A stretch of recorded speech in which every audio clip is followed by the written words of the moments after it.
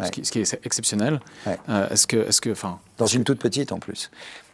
C'est Vadatika, c'est une chambre qui fait 4 mètres et quelques de longueur, donc 4 ou 5 mètres. Donc c'est vraiment très petit, elle a une forme qui est arrondie, quand on la regarde de dessus, elle ressemble à un esquimau. Elle est assez dingue celle-là, elle est très très étonnante. Et on ne s'attend pas dans un volume aussi petit à avoir une réverbération qui dure 70 secondes. À titre de comparaison, c'est entre 10 et 15 secondes à Notre-Dame, qui a un volume gigantesque. Je m'appelle Patrice Pouillard, donc je suis réalisateur, je suis scénariste, monteur, dans ce métier depuis longtemps. Et dans le sujet de la recherche sur le passé de la planète depuis longtemps aussi.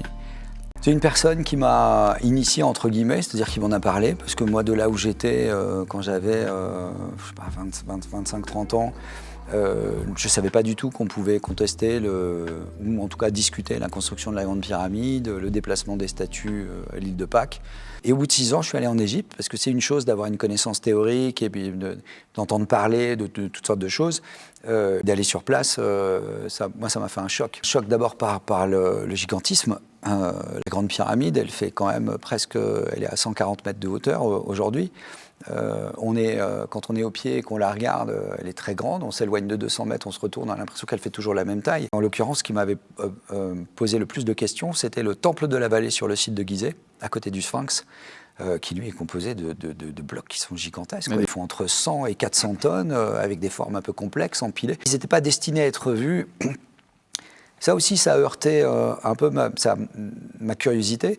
C'est que ces blocs-là étaient recouverts de parements de granit. Et j'avais entendu un archéologue qui disait que donc c'est des blocs de calcaire recouverts par un parement de granit, et ce sont les blocs de calcaire à l'intérieur qui font entre 100 et 400 tonnes.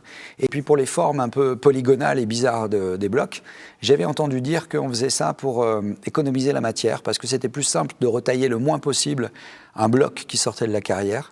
En questionnant et en demandant à des tailleurs de pierre, je me suis rendu compte que c'était plus compliqué d'assembler des blocs avec des formes complexes que d'assembler des blocs avec des formes standardisées, comme nous on le fait avec nos parpaings et nos briques. En étant réalisateur, en étant scénariste, en ayant passé 6 ans à me documenter, en étant allé sur place et en m'étant rendu compte qu'il y avait quelque chose, il y avait une forme de dissonance, je me suis senti un peu obligé d'en faire un film et de me dire, voilà, on va en parler. C'était la révélation des pyramides. Parce qu'en fait, quand je l'ai arrêté, on était à plus de 130 millions de vues, donc sur 5 versions. 5 versions seulement. Alors, c'est dû à plusieurs choses. Pour être honnête, moi je suis parti un peu sur la défensive quand j'ai fait le film, parce que j'avais passé 2 ans à voir d'autres producteurs et je n'avais pas prévu de participer à sa production. D'autres producteurs et des chaînes de télévision, puis on m'avait dit non mais l'Égypte ça intéresse personne, le temps moyen d'attention du spectateur c'est 45 minutes, enfin globalement ça marchera jamais, laisse tomber, c'est pas la peine. Donc au moment où j'ai fait Bâtisseur de l'Ancien Monde, parce qu'il y a eu des problèmes juridiques sur la révélation des pyramides, donc le film n'était pas sorti en France. C'est difficile de faire la suite d'un film qui est introuvable. On ne sait pas trop ce qu'il va devenir, parce que moi, il m'a échappé complètement après, derrière. Et on ne va pas construire sur du sable. Donc l'idée, c'était de dire, OK, il y a eu pas mal de critiques qui ont été faites. Il y a des critiques qui sont parfaitement justifiées. Parce que, j'ai donné un exemple. À un moment, je parle des hiéroglyphes d'Abydos. Et donc hélicoptères, etc. Quand on l'a filmé et qu'on l'a photographié, je me suis rendu compte que les versions qui traînaient sur Internet n'étaient pas les mêmes, qu'elles avaient été photoshopées et qu'on avait enlevé des petits détails qui permettaient de voir que c'était bien une superposition de 2 cartouches. Donc j'en parle dans le film de cette manière-là, en disant « Attention, une image ne sera jamais une preuve, faites attention à ce qu'on peut voir sur Internet ». Mais je dégage le truc en expliquant que c'est vraiment une superposition.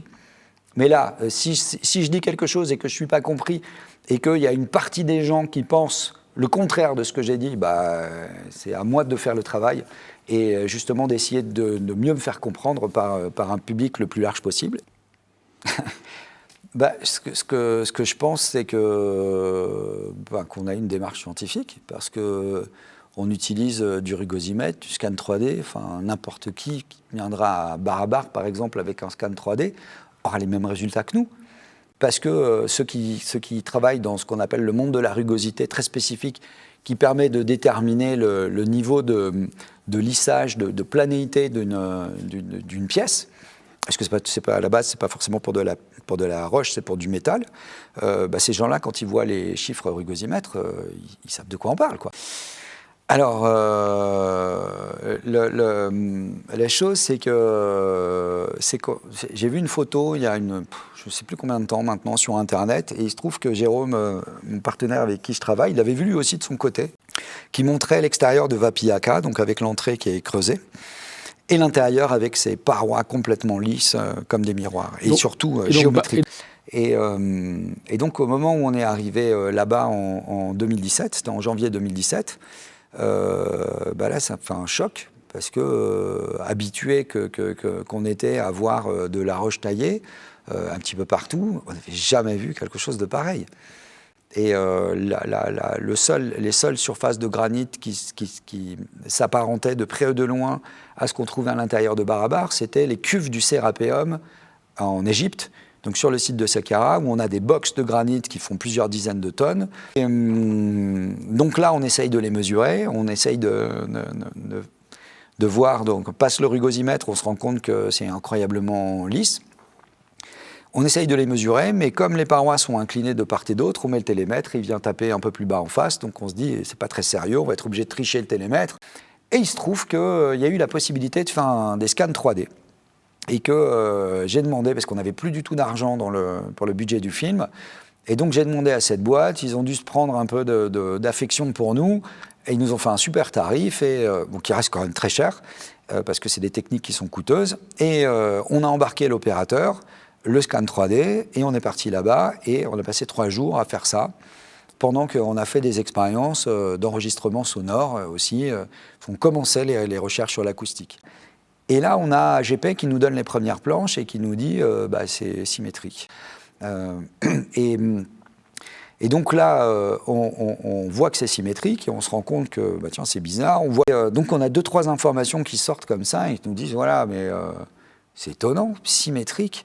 Et ça veut dire que ces gens-là rentrent à l'intérieur et en plus de faire des formes qui sont quand même des formes géométriques assez étonnantes, complètement dépourvues d'inscriptions, de représentations d'icônes religieuses, de statues, de quoi que ce soit, donc très très austère. On a des formes géométriques qui sont simples en apparence, mais en réalité complexes, qui nécessitent, ne serait-ce qu'en 3 dimensions, pour matcher plusieurs formes ensemble, comme des formes d'ellipsoïdes, donc des sphères écrasées, ou plusieurs sphères de diamètres différents, et pour pouvoir les jointer sans qu'on sente la jonction entre les deux, c'est pas évident. Et ce qui les rend sidérantes, c'est qu'en fait, elles ont été réalisées avec une précision moderne, et qu'on a des variations de l'angle de quelques dixièmes de degré sur 5, 6, 7, 8 mètres de longueur.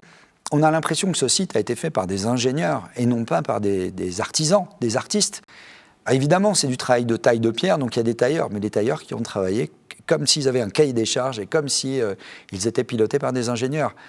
Voilà. Et vous dites notamment qu'il y a une réverbération sonore de 70 secondes à certaines fréquences dans la grotte. L'expérience sonore à l'intérieur de ces chambres, elle est vraiment stupéfiante.